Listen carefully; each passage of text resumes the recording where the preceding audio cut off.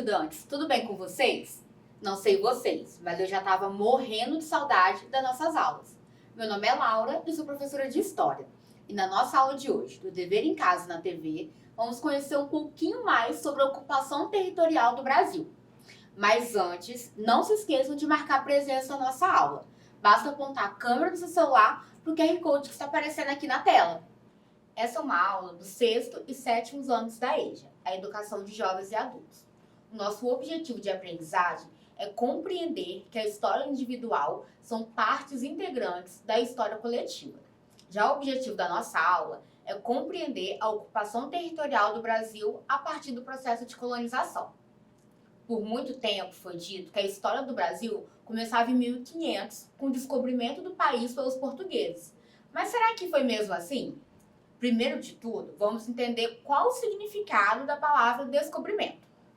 Bom, segundo o dicionário, quer dizer criação, invenção de algo, descoberta. De cara, podemos ver que a palavra descobrimento não cabe no contexto em que estamos falando, visto que essa porção de terras aqui, que viria a ser o Brasil, já existia muito antes da chegada dos portugueses e também já era habitada por diversos povos nativos. Bom, já entendemos que não ocorreu um descobrimento do Brasil. Mas como será então que foi a construção do nosso país? Para entendermos a história do Brasil, vamos voltar lá para Portugal no ano de 1498. O rei português havia incumbido um navegador chamado Duarte Pacheco de explorar o oeste do Atlântico Sul. E foi através dessa expedição que Portugal ficou sabendo da existência de terras que depois viriam a ser o Brasil. Sabendo disso, 2 anos depois, em 1500, o navegador Pedro Álvares Cabral saiu de Portugal com a missão de chegar nessas terras e iniciar o processo de colonização. Mas o que será mesmo que é colonização? Bom, colonização é o processo pelo qual seres humanos ocupam novos territórios pelo mundo. Uma colonização pode ter o objetivo de habitação ou de exploração de recursos. E foi a partir desse momento que começou a construção do Brasil. Em um primeiro momento, Portugal mostrou desinteresse dessas terras, pois o comércio de especiarias na Índia estava bombando e ainda não havia sido encontrado ouro no Brasil. Os poucos colonos portugueses que vieram para cá ficaram responsáveis pela extração do pau-brasil, que era feita pelos povos indígenas que aqui viviam. Esse processo era feito através do escambo, isso é, a troca de coisas. Os portugueses ofereciam coisas sem valor material, em troca os indígenas indicavam o local onde essas árvores estavam. Porém, com o tempo, os portugueses passaram a forçar os indígenas a extrair essa madeira, começando ainda no século XVI o processo de escravidão indígena aqui no Brasil. Sabe o desinteresse de Portugal por essas terras? Então, isso logo mudou quando outros países começaram a vir para o Brasil. Os portugueses se declaravam donos dessas terras e não poderiam deixar isso acontecer. Foi então que surgiram as capitanias hereditárias. Como os custos da colonização dessas terras eram muito altos, Portugal então viu como solução dividi-los. E funcionava da seguinte maneira. O Brasil foi dividido em 14 pedaços de terra e dado a capitães donatários. Isso é, portugueses que tinham como missão colonizar o pedaço de terra que receberam e fazer-o dar lucro. E claro, esse lucro seria dividido com a coroa. Vamos só dar uma olhada mais ou menos. Essas são algumas das capitanias hereditárias. Aqui a gente tem, por exemplo, a Baía de Todos os Santos, Ilhéus. São alguns dos nomes que a gente conhece hoje como estados. Porém, as capitanias não davam um certo lucro. E aí elas começaram a não dar certo, por vários fatores. Mas entre eles, o primeiro foi o desinteresse. Havia um certo desinteresse por parte dos colonos portugueses em vir para o Brasil colonizar essas terras. Afinal, não existia nenhuma certeza que aqui tinham metais preciosos.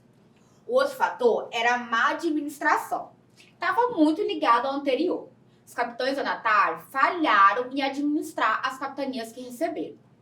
Tinha também a falta de dinheiro. Porque, como a gente acabou de ver, a coroa portuguesa não tinha interesse em gastar com a colonização do Brasil, ficando por responsabilidades donatários investir nelas. Aí já viu, né? O dinheiro nem sempre durava. E por último, e muito importante, a resistência indígena. todo o Brasil já era ocupado por povos indígenas muito antes da chegada dos europeus. E esses povos não aceitaram de bom grado serem expulsos de suas terras e obrigados a trabalhar para os colonizadores, o que dificultou ainda mais todo o processo de colonização. Mas nem todas as capitanias falharam no objetivo, e 3 delas se destacaram: São Vicente, Pernambuco e Espírito Santo. A missão era fazer as capitanias prosperarem e darem lucro para a coroa. E o negócio escolhido para isso foi os engenhos de açúcar. São Vicente, que hoje é São Paulo, e Pernambuco souberam fazer isso muito bem. Já a capitania do Espírito Santo tinha um objetivo um pouco diferente. Por muito tempo, existia um projeto de proibição de povoar essa capitania, pois ela era servida como uma barreira entre o mar e o ouro que estava em Minas Gerais. E assim foi feito. A capitania do Espírito Santo passou a ser conhecida como Barreira Verde.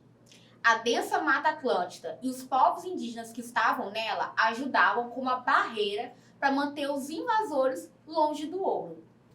Agora que a gente viu um pouco das capitanias, vamos entender como foi o processo de ocupação do território. Isso porque, se a gente der uma olhada aqui nesse mapa, nós vamos ver que o território brasileiro era ocupado apenas nessa pequena faixa aqui litorânea com as capitanias. Então, como será que a gente passou disso aqui para poder se tornar isso tudo, o 5º maior país do mundo? O processo de ocupação começou pelo litoral, onde as capitanias e os engenhos de açúcar estavam. Isso porque era mais fácil transportar o açúcar e também qualquer outra riqueza estando mais perto do litoral. Além disso, o Brasil era formado por várias partes com mata densa, e muitos povos indígenas fugiam da escravidão e se embrenhavam mata dentro. Ninguém era doido bastante de fazer o mesmo, né? Ou isso é o que a gente pensa. A interiorização do Brasil se deu por 3 fatos: a pecuária, as missões jesuíticas e os bandeirantes. Vamos dar uma olhadinha um pouco nisso? A gente já viu que os engenhos de açúcar ficavam no litoral. E com um certo momento surgiu a necessidade de começar a criação de animais. E a coroa portuguesa não foi contra isso, mas logo baixou uma ordem. O gado deveria ser criado longe dos engenhos de açúcar, para poder não estragar as plantações de cana. E assim foi feito. A criação de gado passou a ser feita longe do litoral. Isso facilitou para que cada vez mais os colonos adentrassem o território brasileiro. Chegou até a surgir um ditado popular na época: onde o gado foi, o Brasil foi atrás. Durante o processo de colonização, a Igreja Católica esteve presente aqui no Brasil em forma das missões jesuíticas. Isso porque essas missões tinham o objetivo de conquistar fiéis. Essa conquista era feita através da catequização dos povos nativos. Mas lembra que eu disse a vocês que muitos povos nativos se embrenhavam mata dentro para fugir da escravidão por parte dos colonos? Pois bem, os padres jesuítas estavam junto dos povos indígenas e os ajudavam a fugir desses colonos. Cada vez mais, eles iam Brasil adentro e começaram a se estabelecer em algumas regiões. Como, por exemplo, essa região aqui, hoje a gente conhece como Estado do Amazonas, é uma das regiões que teve missões jesuíticas, como aqui no sul do país também. E, por último, houve o bandeirantismo, ou as missões bandeirantes. Os bandeirantes eram colonos que tinham como missão adentrar a mata e correr atrás de metais preciosos, como ouro e outros. Mas também eles estavam atrás de mão de obra indígena. E como a gente acabou de ver, cada vez mais esses povos nativos adentravam o Brasil e os bandeirantes iam atrás. Foram esses colonos, chamados de bandeirantes, que foram os responsáveis por descobrir o ouro aqui na região de Minas Gerais. Agora, eu quero ver quem estava prestando atenção na nossa aula de hoje. Nosso super quiz de história será perguntinhas de verdadeiro ou falso sobre tudo que a gente acabou de ver. Bora lá?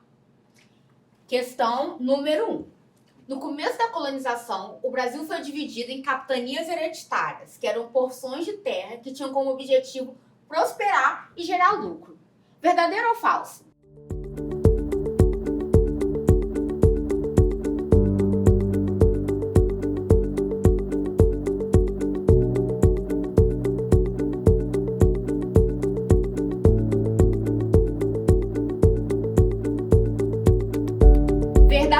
foi exatamente isso que aconteceu.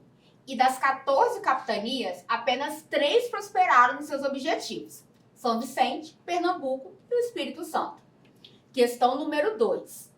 A interiorização do Brasil ocorreu graças aos engenhos de açúcar, que ficavam localizados mais adentro do país por medo de ataques estrangeiros. Verdadeiro ou falso?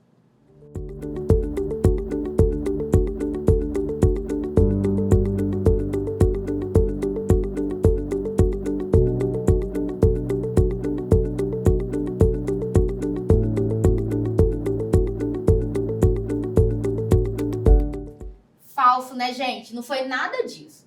Os engenhos ficavam no litoral para poder facilitar o acesso aos portos e não no interior, já que não existiam estradas que facilitassem a exportação dessas mercadorias. Questão número 3 e última. Os responsáveis por descobrir o ouro no interior do Brasil foram os padres jesuítas, através das missões que realizavam com a ajuda dos indígenas. Verdadeiro ou falso?